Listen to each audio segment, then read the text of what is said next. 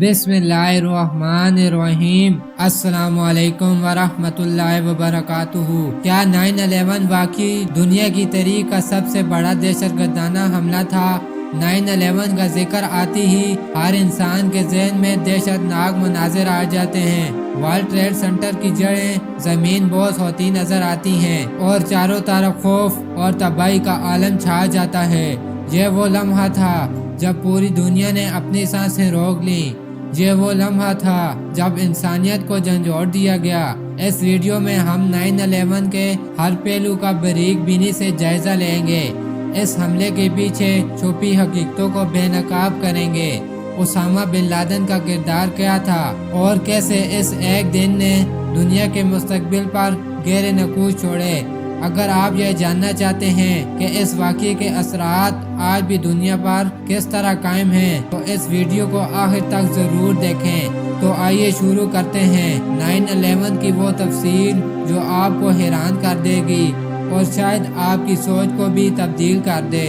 World trade centre New York शहर की पहचान और अमेरिकी मईशत की अलामत था। यह 2 जुड़वा टावर्स पर मुश्तमिल था जिनकी तमीर 1970 की दहाई में हुई थी। इन इमारतों की ऊंचाई 110 मंजिलों पर मुश्तमिल थी और यह एक वक्त में दुनिया की सबसे बुलंद इमारतों में शुमार होती थी। वर्ल्ड ट्रेड सेंटर में मुतअद्दिद बैनुल-अक़वामी कंपनियों के दफातर थे और रोजाना हजारों लोग यहाँ काम करते थे। सन 2001 में अमेरिका दुनिया की सबसे बड़ी ताकत के तौर पर अपनी जगह बना चुका था। सोवियत यूनियन के टूटने के बाद दुनिया में एक ही सुपर पावर का गलबा था और वो अमेरिका था। आलमी मईशत में अमेरिका का बड़ा किरदार था और फौजी लिहाज से भी वो सबसे मजबूत था।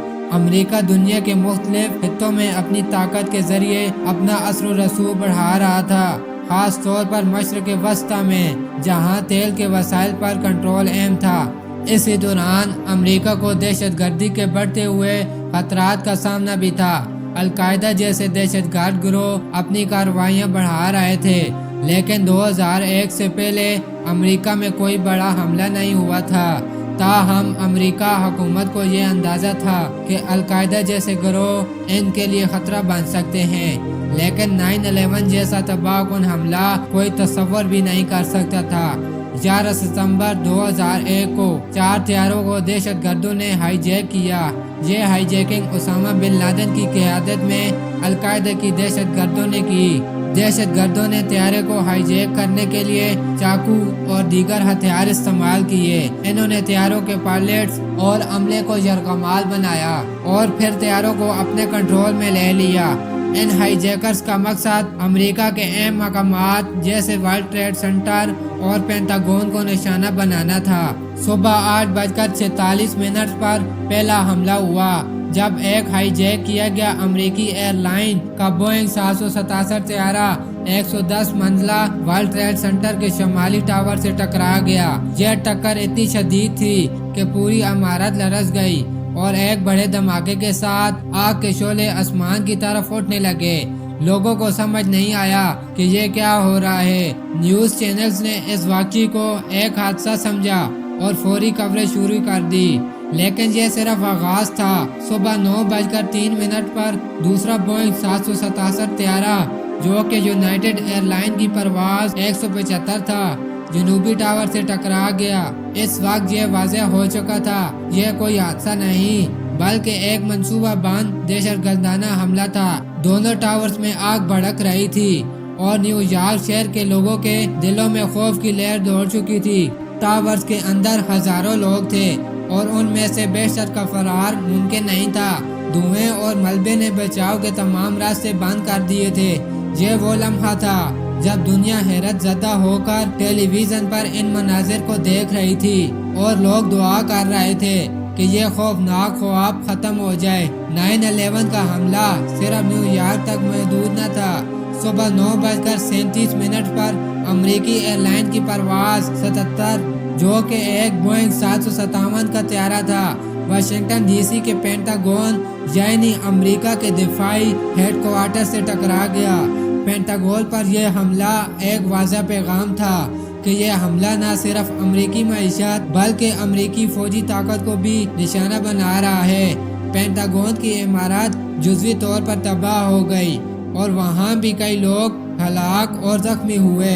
पेंटागन पर हमले से ये बात साफ जाहिर हो गई कि हमला आवरों का मकसद अमेरिका के तमाम अहम मराकज़ को निशाना बनाना था, चाहे वो मईशत हो, फौज या सियासत। सुबह 9:57 पर चौथी यूनाइटेड एयरलाइन की परवाज 93 का अहदफ शायद व्हाइट हाउस या अमेरिकी कांग्रेस था, लेकिन इसकी मंजिल तक पहुंचने से पहले ही एक हैरानकुन मोड़ आया जब हाईजैकर्स ने तैयारे का कंट्रोल संभाला। मुसाफिरों को फोन कॉल्स के जरिए मालूम हो चुका था कि दूसरे तैयारे वर्ल्ड ट्रेड सेंटर और पेंटागन से टकरा चुके हैं। इस खौफनाक सूरत हाल में इन मुसाफिरों ने एक दिलेराना फैसला किया। मुसाफिरों ने हाईजैकर्स के खिलाफ बगावत की और तैयारे का कंट्रोल वापस लेने की कोशिश की। इस जदोजहद के दौरान यह तैयारा 10:03 पर पेंसिल्वानिया के एक खेत में गिरकर तबाह हो गया। अगरचे तमाम मुसाफिर इस हादसे में जान से गए, लेकिन इनकी बहादुरी ने एक और बड़े हमले को रोक लिया। 9/11 के हमले सिर्फ एक मुल्क तक महदूद नहीं रहे, बल्कि ये एक आलमी सानिया बन गया। इस दिन पूरी दुनिया में खौफ और बेयकीनी की फजा छा गई। अमेरिका, जो कि दुनिया की सबसे बड़ी ताकत था, खुद को कमजोर और गैर महफूज महसूस कर रहा था। दुनिया के मुख्तलिफ हिस्सों में लोगों ने इस वाक़ये पर गम और सदमे का इजहार किया। हमलों के फौरन बाद अमेरिका की हुकूमत ने हंगामी इक़दामात उठाए ताकि मुल्क की हिफाजत को यकीनी बनाया जा सके। तमाम परवाजें फौरी तौर पर ज़मीन पर उतार दी गई और एयरपोर्ट्स को बंद कर दिया गया। मुल्क भर में फौजी और पुलिस फोर्सेस को अलर्ट कर दिया गया और अहम हुकूमती दफातर जैसे व्हाइट हाउस और पेंटागन को महफूज बनाने के लिए इजाफी सिक्योरिटी इक़दाम किए गए। हमले के कुछ ही घंटों बाद अमेरिका के सदर जॉर्ज बुश ने कौम से खिताब किया। इनका खिताब अमेरिका के लिए एक अहम लम्हा था, जिसमें इन्होंने हमले को एक गैर मामूली दहशतगर्दाना कार्रवाई करार दिया और यह वाज़ेह किया कि अमेरिका इन दहशतगर्दों को बेनकाब करेगा जो इस हमले के जिम्मेदार हैं। सदर बुश ने कहा, हम दहशतगर्दों से इंतकाम लेंगे और इनका पीछा करेंगे, चाहे वो जहां भी हों। इनके इस खिताब ने अमेरिकी अवाम को यकीन दिलाया कि हुकूमत इनके तहफ़्फ़ुज़ के लिए मुकम्मल तौर पर तैयार है और वो दहशतगर्दी के खिलाफ लड़ाई में पीछे नहीं हटेंगे। 11 सितंबर 2001 के हमलों के चंद हफ्तों बाद अल-कायदा ने इन हमलों की जिम्मेदारी कबूल की।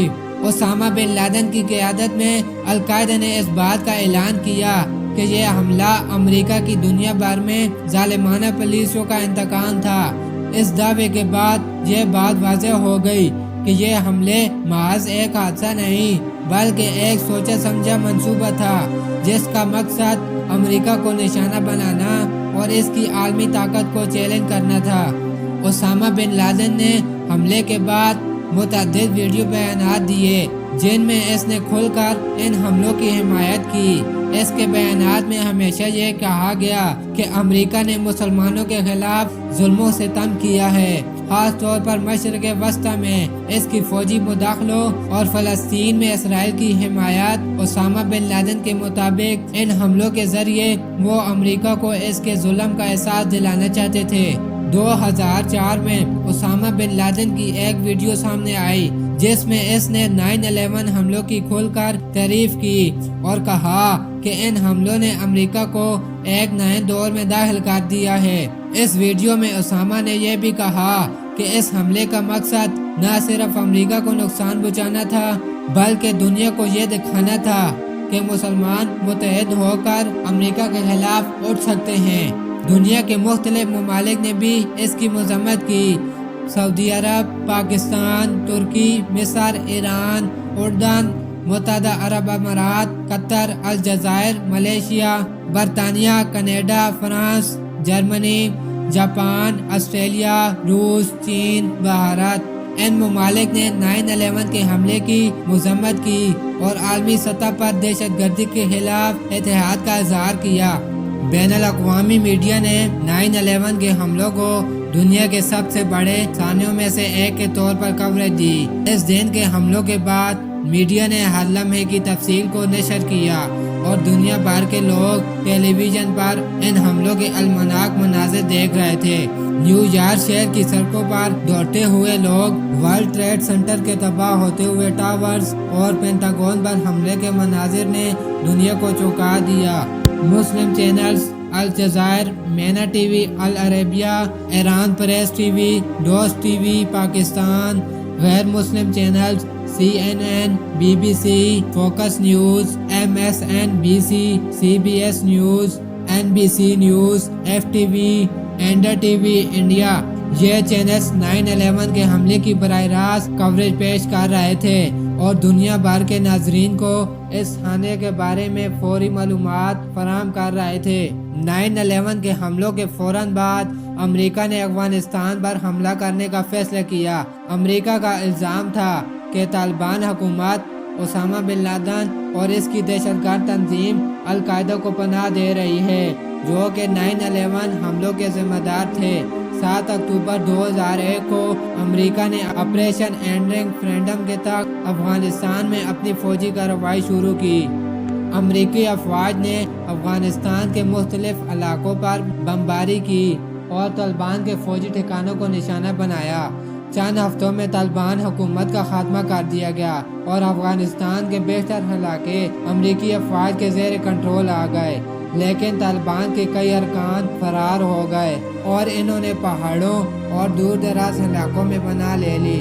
القاعدہ کے زیادہ تر رہنما بھی افغانستان سے فرار ہونے میں کامیاب ہو گئے، لیکن اس کے باوجود طالبان اور القاعدہ کے خلاف جنگ جاری رہی۔